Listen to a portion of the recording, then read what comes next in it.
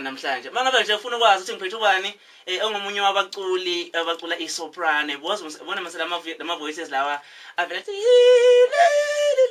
nakho ke sengipimba nami kodwa nje khona lapho bakithi inkosi yami kumnandi nje ke studio nje ke kufudumele awubakithi nomfowethu ukhona lapha ke impela nje ke kuma camera uyasiqopha ukuze umlaleli ekhaya ezakwazi ukuthi abone ukuthi cha kwenzakalani kanti uyakwazi ukuthi uthole nalapha ku Facebook ukuthi nje sound engineer Dlozi Msibi nama uthi ke broadcast technician Dlozi Msibi kanti Facebook wala ekhaya Mkhondo radio station 98.6 mangaba mhlawumbe uphesha kwelwandle bafuna ukuthi usilalele nawe noma mhlawumbe nomngane wakho khona mkhondofm.listentomaradio.com sibukhoma live ngizokutshela nje khona manje ukuthi ke mangaba ufuna ukusibona evideo sewujahe ukuthi ufuna ukubona kunobani e-studio ulapha ekhaya ngizokutshela ukuthi wenza kanjani ngingakasho mina kodwa njengamanje mina angivele nje ke ngijike ngapha zomabithi zami ngiqhubeka nengoma e1 mangibuye le ngoma ka Pretty End la ethi ke na Lake Me Duet nakwingoma le athi ke wakhetha ngaye noma mhlawumbe iyona yambizele ekuthinini ke angene kulomkhakha wozomculo ikakhulukazi iopera ngizodlala yona ingoma le emva kwemakithi zami mangibuya bese ngiyakuhlebela ukuthi ke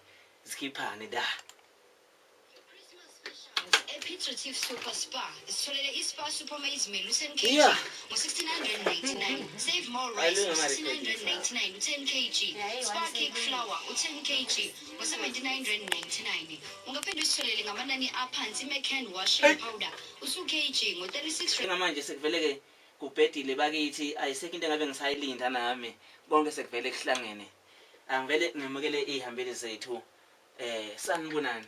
Sanibonani balakele emakhaya njani sikhona siyaphila okay asitshela abalaleli siswami ukuthi sikhuluma nobani njengamanje nje just a little bit about yourself ungabe banzi kakhulu ukuthi nje ngubani wakabani usuka kuphi that's that igama lami nguNombuso Ndlandla ngazalelwa khona la ekhaya eMkhondo ekhaya kuseyiphunzini ngafunda eMadlela Hlaza secondary school kula ngatsala khona ke ukucula lo mculo lo weopera ngifundiswa uMistress Mbambo abantu abaningi bamazi ngaMistress Mbambo Nkosimphelo uThulo ngasekho emhlabeni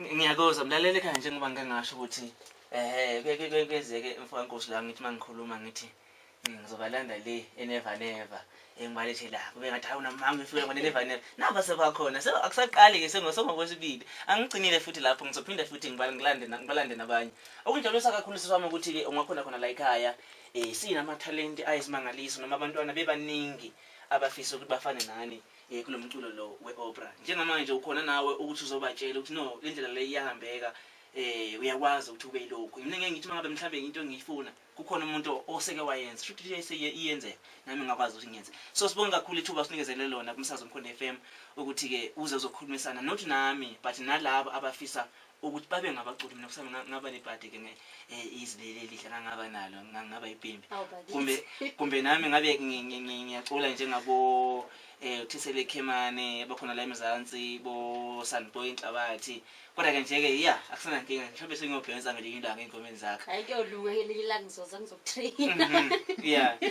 alright ngifuna ukuthi ngiqalele njengamanje siyathola lapha uMasibheka lapha ulima nje ngisho ukuthi neminyaka emingaka cha no inkinga nginayo cha bengizomangaza ukunqaba kwakho ngoba phela bona abantu abadumile babiza ngamagama noma lebadala kushiwo yonke into abenabo wenza okuright kuyakhulunywa ngakho wenza ku-wrong kuyakhulunywa ngakho so uNombuso wakwaNdlandla ekhaya kuseyiphunzini angithi yebo ngokuzalwa khona la ephunzini ngonyaka ka89 nginamanga ngiyakwazi wazi mina kahle ngiyakwazi phela ngicela ungitshele siswami nje ukuthi okay wazalwa ngo1989 then uqale nini esikoleni primary kuphi nendawo and then high school yakho and then kwi-university level before ufike phesheya qale nje ukuphilelela eMzansi kuqala ukuzalwa ngazalelwa la ePetrative Esbetha khabo baba kodwa ngakhulela ePerdekop ngase Volkrust indawo encane nje nayazeki kandawo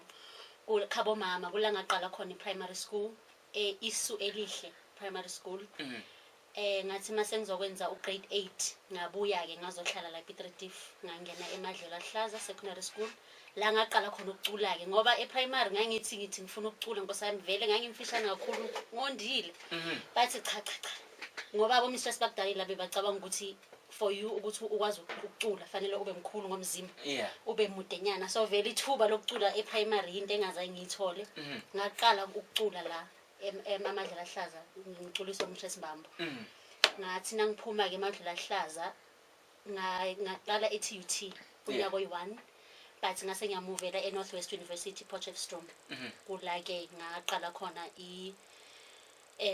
formal training angazi ukuthi kuyinto yesizulu ngaqala khona my formal training ngo2009 until 2013 ngabe sesengithola scholarship kune baba odumile nje oyithena uJoseph Prochka waseGermany weza la South Africa and saya ku master class besi12 and wachoose abantu abayi3 ke for a scholarship. That's ileyo ndlela ke ngahamba ngayo ufunda khona eGermany.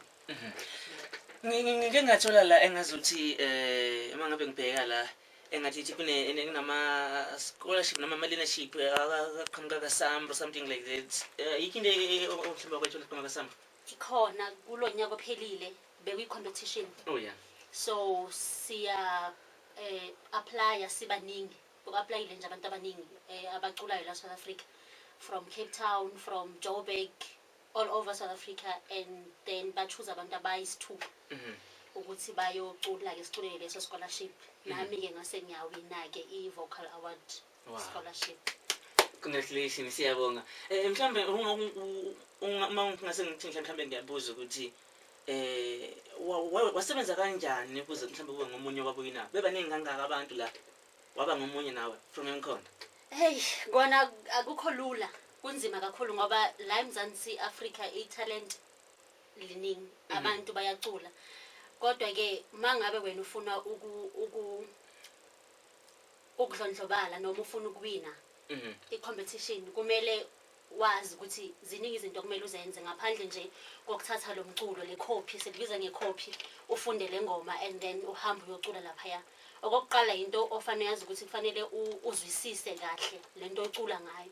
So we understand ngendlela ukuthi ngathi ukhuluma nabantu like wenza speech. So wazi each and every word ocula ngayo, wazi background yale composer, istyle, yonke into kufanele uthole into ozohluka ngayo ngoba sifani singama singers. So wena kumele uhlakaniphe ucabange nje ukuthi yini le engayenza especially ezofike ithathe because into important njengoba thina sicula ukuthinta inhliziyo zabantu. Bathina abahleli lapha phansi umuntu azizwe athintekile emoyeni ngale ndlela ocula ngayo. Uyabo so vele kuthatha isikhathi eside preparation. So akusinto ongamani uyenze nje ngamalanga ambalwa. Into kufanele uyenze nezinyanga nje ziyaphela uprepare. Usho ukuthi kafushane sami uchaza ukuthi singabantu ikakhulukazi thina abantu abasha because akhulu abantu abasha akufunekanga ukuthi mangabe sidinga into sithi manje kufuneka ukuthi into mangabe ivele ipositive ithole manje but if idinga isikhathi musube usulahle ithemba ngoba nakho ukuthi hayi kuyobe kuningi kanjalo nanokusebenza kanzima futhi nokusebenza kanzima yinto ebaluleke kakhulu ngoba futhi uzophoxeka esikhathini esiningi njengoba ngisho ukuthi kuleyo competition nami ngayithola iprize bekunamanye ama competition engike ngawangenela before but ngangayithola iprize. So akumelanga ulahle ithemba ngoba mawungumculo uyafana neathlete udinga ukukhula kwesinye isikhathi nabathi no manje abasho ukuthi cha awuculi kahle basho ukuthi siyakuzwa ukuthi une potential but it is ukuyekele ukhule kancane. You need more practice. You need more practice and nje nokubekezela ungajahi izinto. Ngiyakuzwa ngikuzwa kahle impela. Ngicabanga ukuthi ke mlaleli mangabe umzwelisisi wami la onombuso Ndlandla ohlala lapha yake eGermany uthi umculo lo makucula akufunekanga ukuthi nje uvele uthi hayi la ngicula 1 2 3 1 2 3 amanye barekhoda nangama laptop izinto ehlezi sibona phela la recording ngelaptop umuntu akhona thatha atshikile lapha athi mkhona FM dlala lalela lapho udlalela abalaleli kudingeka i-practice. You need time, a good equipment, and especially lima ngabe usabhala yenza sure ukuthi umculo wakho ngithi mangiulalele ngifune ukurepeat akusukuba ngumculi ozongidilisa ukuthi ingoma udlale ngani but akume yimini engidlala ingoma la eradweni ngifuna ingoma kaNombuso Yebo, liphi yona le kanje hayi nami nginayo sebana baningi abantu vele obvious mabeyihlala mangabe beyizwa la bazoyithanda bazojabulela bazothi nokuthi balale Mkhondo FM mangithi ngicela ingoma kaNombuso ngingathi nje ingoma kaNombuso bafala emsakazo abantu bavala imsakazo so ikanjalo lento le umuntu athi mhlawumbe ufuna into azayidelete efonini yakhe athi ngiqala ngengoma kaNombuso yabo so into le ingafuneka into engihle ngigqugquzela mina ukuthi umuntu mangabe ezokwenza ingoma kufuneka upractice into engiyibonile sisiwami la imculo kwesilomkhakha lona enikubona nesikhathi esiningi neminyaka eminingi ngicula ningakhiphi ama CD just because upractice uyazizwa nawe mawumuntu ukuthi ayikho ready yeah abantu abaningi bahlale bangibuza mina uSiskrit lo isibonelo sethu ngoba nguye wasiqalela le ndlela yeah bayi ngoba ukwawina ama competition amaningi international abantu bayabuza ukuthi how wena wayungangeni lama competition but nawe umuntu uyazizwa ukuthi angakabi ready kusafanele ukuthi ke ngilungise lapha nalapha before ngizongenela so lento ishoyo iqiniso kakhulu akumelanga ujaha izinto yeah linda isikhathi size sibe right so that izothi product yakho mayiphuma iphume kanti iyalaleleka akusinto ukuthi njengobusho ukuthi umuntu uzothina akacabanga athi iyo le ngidelete kuqala kanti mangabe isezingene le right umuntu uzothi noma acabanga ukuthi athi ngidelete makayibona uzothi le yiyo ke le ngiyibekayo ayihambi ngayidelete zonke kodwa ayile 28 minutes to 8 umsakazo Mkhondo FM isikhathi nje esikusona njengamanje sihlele la noNombuso Ndlandla akusekuhle bakithi e-studio nami nje bakithi ngijabulile nje ngithi phela ngeke ngicashisile ukuthi ngijabulile kodwa nje ke mayiphuma nje bheka le ngisala ngiyagida ngilengisuswane kumnandi bakithi nje ke masika nje kodwa nje mina ngiphinde futhi ngisisa kunyamathe ngishone ngapha eToro Gugulethe Transport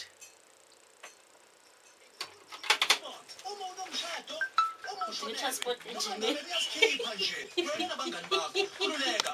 Phuthela vele mangithi mina phone ubuze ngizofona ubuze bese ngithi ngiyavala futhi ngiqhubeka nohlelo ngiphinde ngithi phone ubuze yabona ngifuna ukuthi sibe ndawonye sisami Nombuso ngifuna ukuthi sibe ndawonye nabalaleli singaqephuzi umuntu azogcina competition ke sakhuluma ngane ngifuna ubuze yabona njengamanje siqala la ngesiqephu sethu sokuqala usibukalana ukuthi from uzalwa kwaza kuba mhlambe kufika mhlambe eTUT kuhambe kanjani and then njengamanje sizofuna ukuthi sibheke la ekuthenini ke manje wena wahamba kanjani eSouth Africa uye khona le Never welcome to Never sifuna ukuthi kujwayele ngizojwayela Never kulela uhlala khona ngoba kithi baphile abantu nje ke lapho ku Facebook baphile abantu ku Twitter ethi Dlozi Msibi uthina ku Twitter Twitter ayinayo Twitter Facebook okay Facebook wakhe Nombuso Ndlandla njengobusho nje futhi ngicabanga ukuthi nguye yedwa futhi ngaba kuwedwa ngoba mangase kuba khona umunye amagama ya clash Facebook yasho ukuthi khona umunye kaso so nguwe wedwa Nombuso Ndlandla mina kimi ngingakhathazeki nje bezwakazi ukuthi uthola la comment wakhona babhalile abantu lapha ya uthi nge-sound engineer Dlozi Msibi nama ukuthi ke broadcast technician Dlozi Msibi ku Twitter @Dlozi Msibi ku Instagram @Dlozi Msibi nama nje ungena ku Google wakho ubhala Nombuso Ndlandla uzovela ubhala Dlozi Msibi uzovela and then bese wazi ukuthi kuyasithola uxoxisana nathi angivele ngithi fahla ngapha ku Facebook ngizokuthi bathina abantu ngizokwazi bese siyaqhubeka so sithatha nje kancane ngapha uma sibuya ku Facebook wethu bese ngikuvela mlaleli ekhaya ukuthi nawe ake nje ngithi ubingelele isikhathi manje ubingelele nje ukuthi cha bakithi nawe ukhona ngomnye obalalele uthatha abahlanu nje kuphela ku 0614723907 noma ke uthi ke 0614723907 noma 0764010071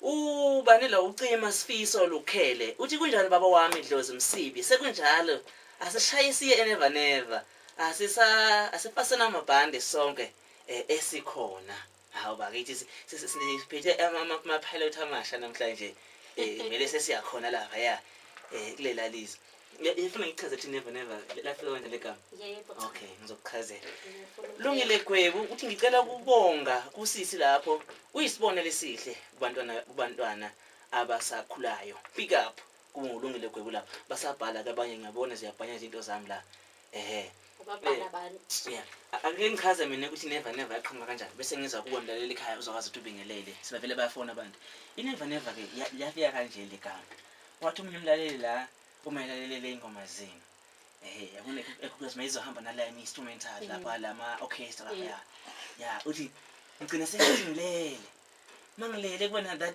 place engiimaginayo ena yonke into engidingayo but engingayazi ukuthi ikuphi nendawo lamhlabeni ngiyibone ngiphila khona nabo bonke abantu engibafisayo baba khona especially laba abasondele nenhliziyo yabo yabo Ngiyajabulisa ukuzwa lokho yazi. so njengoba usho ukuthi le ngoma mabe usuyicula noma uyibikisa kubantu uyidedela nje studio no now we can export the song say right yakubantu qinisekisa ukuthi izoyenza lento ekufanele iyenze so le show le bayithande kakhulu ngenxa ukuthi ke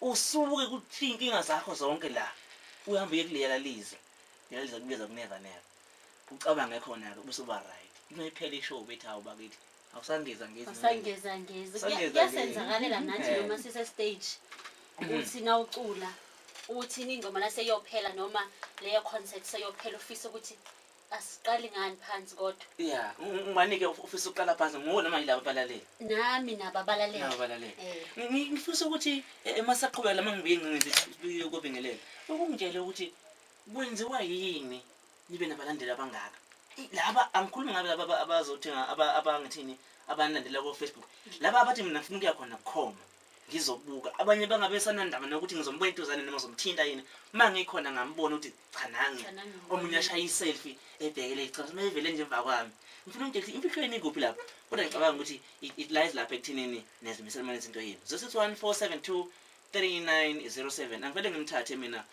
okuqala la sawubona niyaphila mawunjani yebo sawubona khuluma nobani ukuphi nendawo bani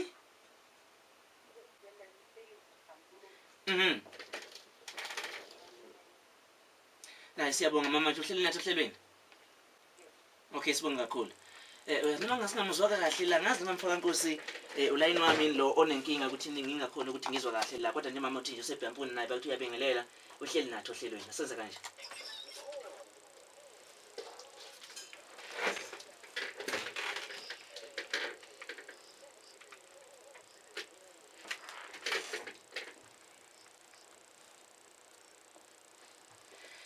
(0614723907) sawubona baba siyaphila mfowethu njani wena bingelela mfowethu yebo bhuti kunjani ithi Khwila voucher Khwila voucher okay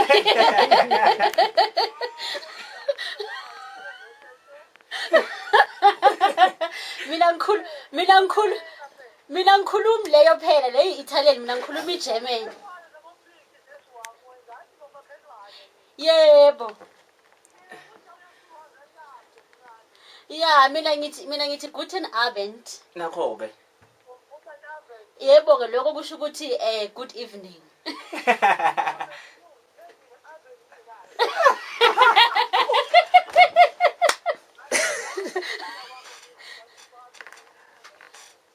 Awujabula mina kakhulu bhuti ngiyabonga for uxhaso lweni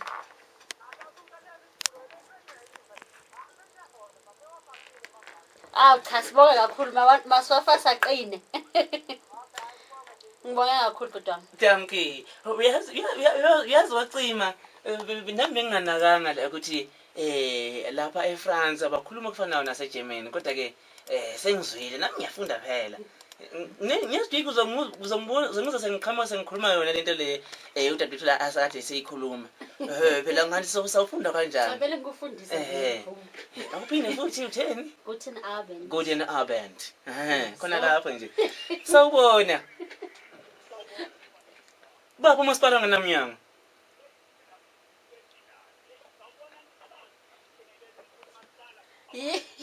yebo bhuti ngiyabonga ukubingelela ngumkhulu lo uyafuna ukutshela imfihlelo mkhulu yebo uthola nodoli phathi umkhulu vela nje sabona ntokazi bye bye Uthandana nomama laphana. Mama uDulu uphathini. Hayi cha uphila kahle musi. Athi mayise esefike lethe ekhaya bebetshwaleni lapha athi too late but ngithi too late. Ubuza la endlini is too late. Ngifale ngidlule. Okay, ngithatha abathathu ukugcina siqhubeke nohlelo. Ngishilo ngathi kumnandi bakithi ehlelweni. Okwamanje sisabingelela nje Nkosi yami. Sisiza isikhathi sembuzo. Bayabhala abantu lapha ku Facebook. Sound engineer Dlozi Msibi noma ukuthi ke broadcast technician Dlozi Msibi noma ke uthi Nombuso Ndlandla.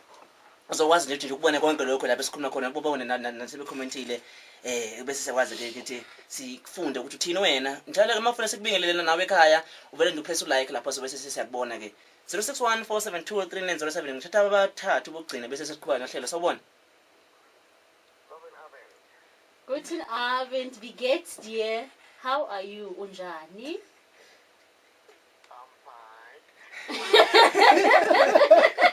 Hayi cha, uphile ngempela ufayini wakho ngiyawuthanda. Thisha ngafundanga.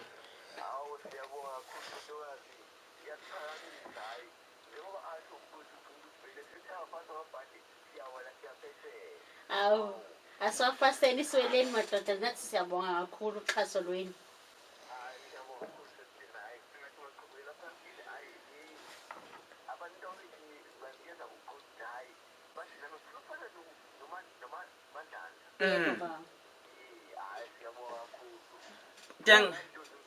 Siyabonga baba. Siyabonga. Cha bakithi kumnandi studio kukhona kumnandi Mkhono FM. Siyabona impela nje kunabalaleli abanye naba sebevele bekhona. Sanibonani first lane, sanibonani. Labazayibonela Nombuso Ndlandla bukhoma nje kumsakazi Mkhono FM. La sikhona khona sise tourism center ezizokusakaza bathi ke siqinile sezokuvakasha. Sitholakala ku 98.6. Igama lami nguDlozi wakwamsibi. Ngithatha ababili bokugcina siqhubeka nohlelo. Angisho ababili bokugcina ngisaphinde futhi ngivele isikhathi sokuthi phone. Sazofona soba nje ndawonye bakithi kuze shawo past 8. Sawubona. Guten Abend, Schatz, wie geht's dir? How are you? Unjani? I'm good, thanks. Siyabonga nathi. Okay, sebenzile siyabonga ngokufona sisi.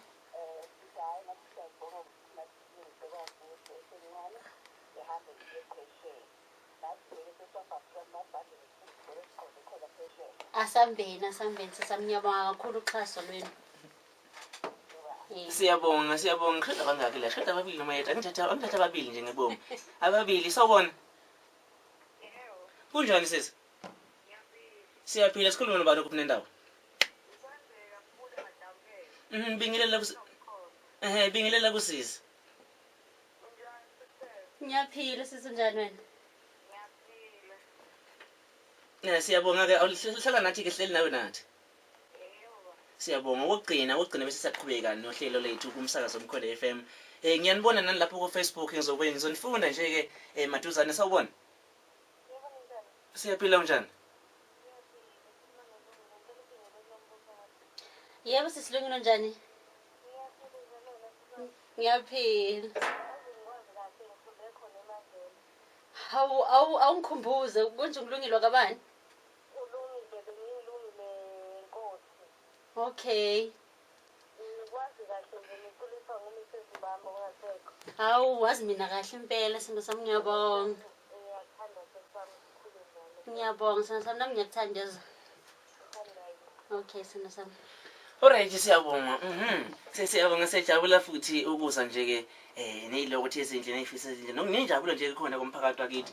Ungakhalimela ekhaya ngiyazi sofuna ukukhala hawu nangu uDlozi ngasosibambi cha ngizokubamba ngifuna ngibambe futhi qoya kwesikhathi sisona ngifuna ungitshele ukuthi abalaleli abangaka kukancane imiculo nenidlalayo noma nenzayo iperformelo eholweni kukancane ngoba kusho kukancane ubona ngeke ngabona ngevideo la ichoir uzoyibiza ngechoir inabantu about 10,000 kuculwa iopera music imfihlweni kuphi nabalandeli abangaka Mina ngicabanga nje ukuthi njengoba ushilo lokuyimisela and sithathe into esiyenzayo very seriously, and ngaphandle kokuthi thina sasento esenzayo seriously, but sithatha ababukeli bethu noma ngithi abalaleli bethu sibathatha very seriously.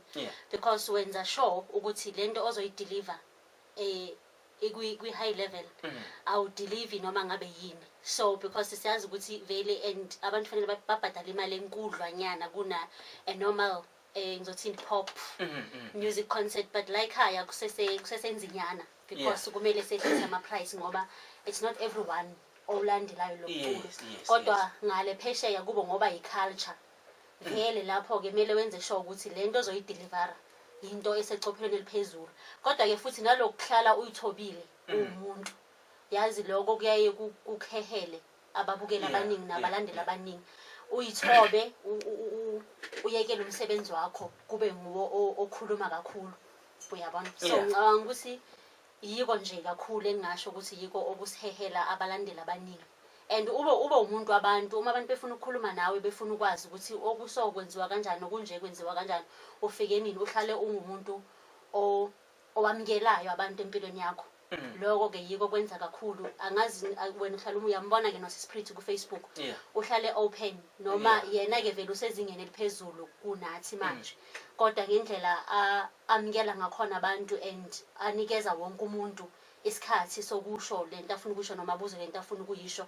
Lokho kuyakwenza nje ukuthi abantu vele ube nabalandeli abaningi, kanti nawe ungumuntu oyiphakamisayo angeke vele.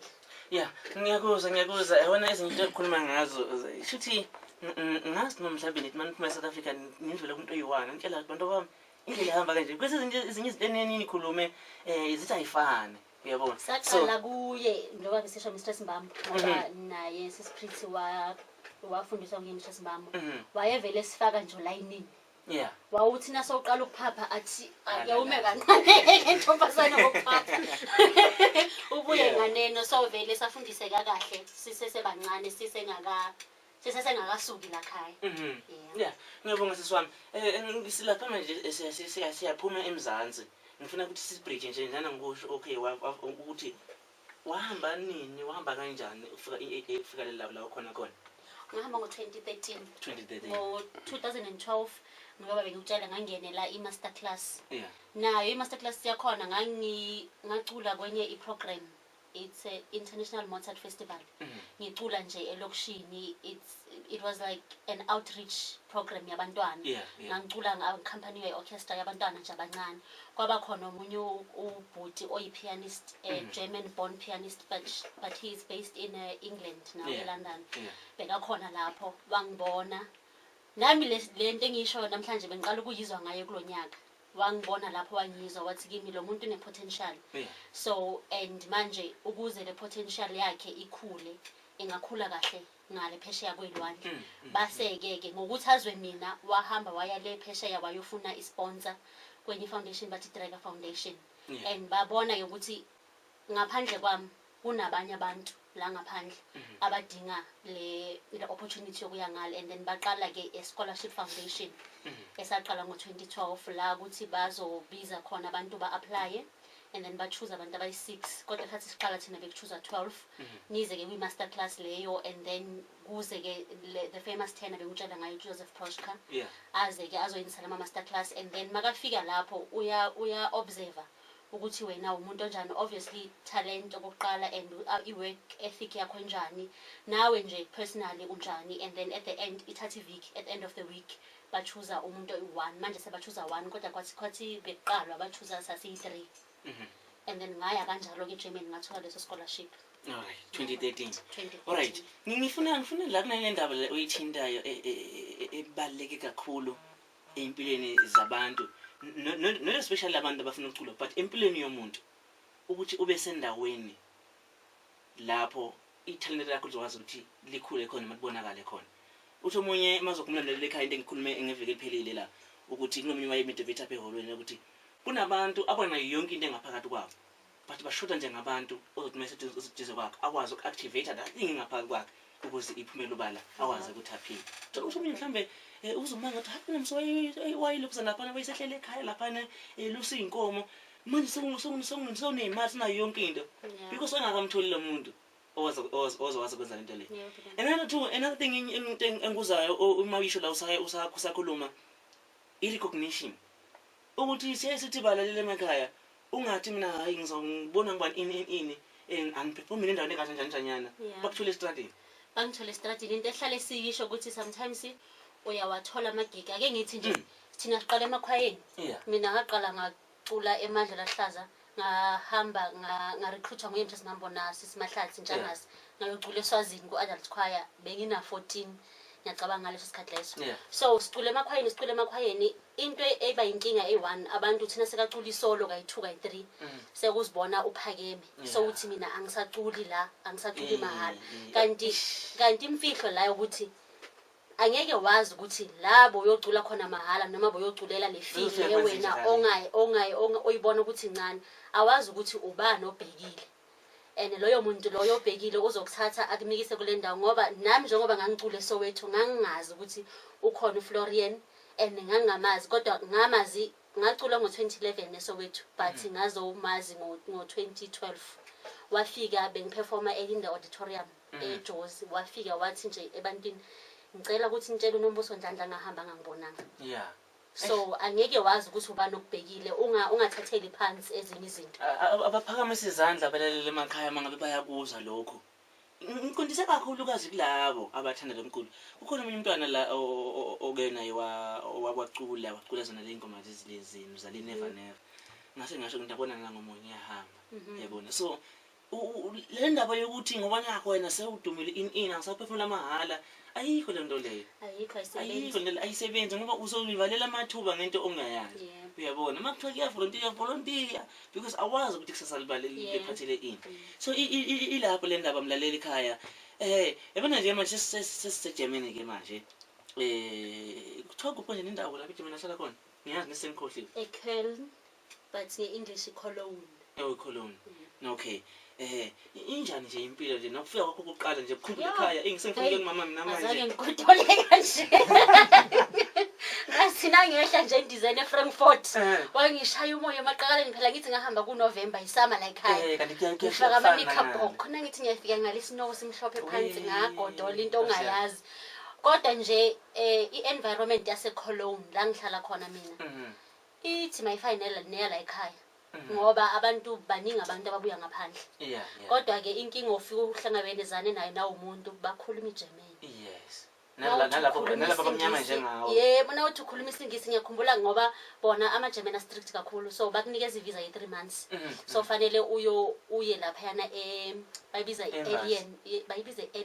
alien office mele uyoregister ke ukuthi sengikhona ngihlala la ngiyafunda ngenzani sithi siyafika siyabuza ngeEnglish bathi nifike kanjani la fanele nikhuluma iGerman kona lawo mala ngokuqala wayenzima kakhulu ngangifisa vele ukubuya ekhaya kodwa ngaphinde ngakhumbula ukuthi into engiyizele la ipurpose yami nephupho lami angeke ngize ngibuyele emuva but okunye nje kuyafana inkinga ukudla alikho phela ipapa akunavors yo neoros ayikho but akunambuya yazi akunambuya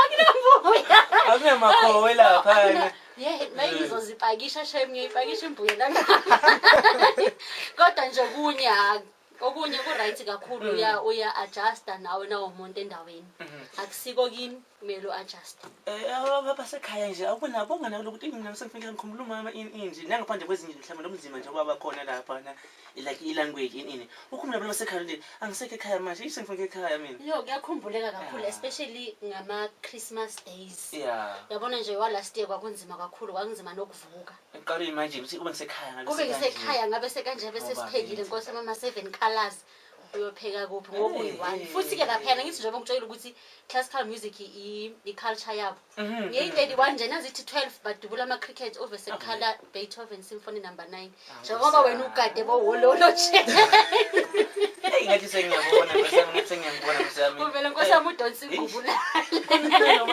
nobaba lo oyena odumile lapha kulelizwe ofundisana nge-classical music bathi ngibani ngizomkhumbula kodwa uyabazi mosobo buliyana Luciano Pavarotti uyabazi bo Andrea Bocelli bo Sarah Brightman mhlawumbe usuke waba naso ichance ukuthi mhlawumbe uperform nami noyedwa wabo Okwamanje angabi ne-chance ukuperforma nalabo but ngike ngaperforma no Reni Pape.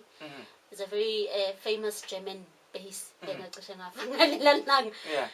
Uthi umuntu uyambona because githi ke ama celebrity wethu yibo labo. Yeah. So mawuzobona ukuthi ngizoshare istage nalomuntu odume kangaka uvela uthuka ungasazi nayo ukuthi Nkosami ngabe ngiyocula into ekhona yini kona vele kuyathusa kakhulu. Enye into engicedayo mina ukuthi i-teacher yami naye ufamous. So ngiyaye ngikhumbule lokho if ngizodibana nokuthi kumele ngiperforme nabantu bafamous ngiyakhumbula ukuthi engani mangiseclassini angithuki. Yeah. So kuyangisiza kakhulu ke. Ngiyabona. Nana ukuthi mhlawumbe uyawazi ukuthi akutholela abantu nje bafamous uzokwazi uperform nabo. Yeah, ngiyabona. Okay, singaqhubeki nje kakhulu. Ngifuna ukuthi sole la yes. Una mhlawumbe ama recordings onawo mhlawumbe nje osakaqophela nabadlali laba njengamanje. Yebo nginawo. Okay, asibone ukuthi singawazi usijikela ngabe bese sisabathola ke sizwe ukuthi ke ushaya kanjani. Wazabona ukuthi yashaya lo sisi. Ngifuna amaholo mina wo. Ulihololo.